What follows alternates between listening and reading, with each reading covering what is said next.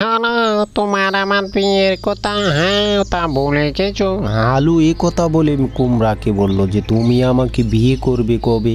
আর কুমড়া তো এদিকে কিছুই বলতেই পারছে না। তারপর তারা দুজনে একটি জঙ্গলে ঘুরতে গিয়েছিল। সেখান দিয়ে যেতে যেতে দেখতে পায় বাড়ির সামনে কবি এবং শালগম তাদের মধ্যে বিয়ের কথাবার্তা চলতেছে। আর এই শালগম তুমি কবে বিয়ে করবে?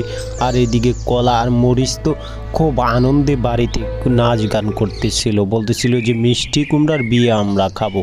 আর এদিকে স্ট্রবেরি আর আনারস দুজনে মনের সুখে জঙ্গলে প্রেম করতেছে। হ্যাঁ, সবাই দিকে প্রেম করতেছে আজকাল। বাকি রয়ে গেলাম আমি। হ্যাঁ, তুমি কি আমাকে ভুলে গেছো? না, কিছুই বলিনি। তারপরে একদিন বেগুন, কবি এবং ভুট্টা তিনজনে মিলে একসাথে কথা বলতে লাগে যে তাদের বিয়েতে যে আমরা যাব, তা কি খাবো। হ্যাঁ, তা আমরা কি আর এই দুনিয়াতে আছি?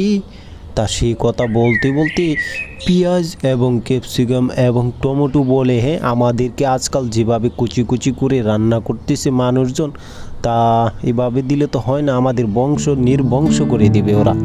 তারপরে একদিন মিষ্টি কুমড়া ও বেগুনের মধ্যে প্রেম আলাপন হয় একটি নদীর পাড়ে। মিষ্টি কুমড়া এবং বেগুনকে বলে, দেখ, তুই যদি আমার সাথে প্রেম করিস আমাকে কিন্তু রাগ হয়ে যাচ্ছে শিয়ালের কাছে বিচার দিতে। কেন?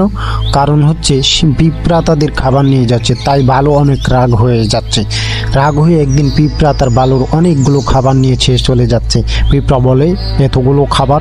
ভালু গিয়ে শিয়ালের কাছে বলে, দেখো, আমি তোমাকে ভালোই ভালোই বলছি, আমাকে আর মার মতো থাকতে দাও, না হলে তার ভয়ানক অনেক খারাপ হবে, তুমি আমাকে চেনো না। এই কথা বলে ভালু চলে গেল। যেতে যেতে অনেক রাগম্বিত হলো। তারপরে এইদিকে ঘাসফড়িং এবং শিয়াল বুদ্ধি করে যে ঘাসফড়িং বলে, আমি পিঁপড়াদেরকে একদিন ডেকে নিয়ে আনবো, আনার পরে তোমরা যদি ওদেরকে মারতে পারো তাহলে আমি উচ্ছ্বাস। তারপরে একদিন পিঁপড়ারা হানা দিতে যায় যে শিয়ালের বাড়িতে, যে শিয়ালকে আলু তার ক্ষেতের মধ্যে ছাগল খুঁটি দিয়ে রেখেছে যাতে ঘাস খায়। কিন্তু এর মধ্যে এলো কাঠ বিড়ালি, এসে একটি বেগুন পেড়ে খেতে লাগলো। কিন্তু ছাগলটা কিছুই করতে পারলো না, দেখে দেখে যাচ্ছে।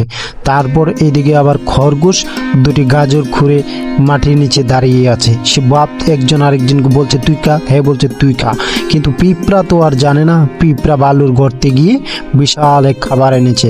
তাই পিঁপড়া বলছে, চল আমরা দুজনেই খাবারটি নিয়ে যাই, না হলে বালু এসে দেখে পড়লে অনেক মার হবে। তারপর পিঁপড়া গেল না, সে একলা একাই চলে গেল। সে ভাবলো আমি খাবারগুলো একাই খেয়ে নেব। তারপর পিঁপড়াটি নদী পার হয়ে গেলে পরে পার হয়ে যায় ইঁদুর। সেখানে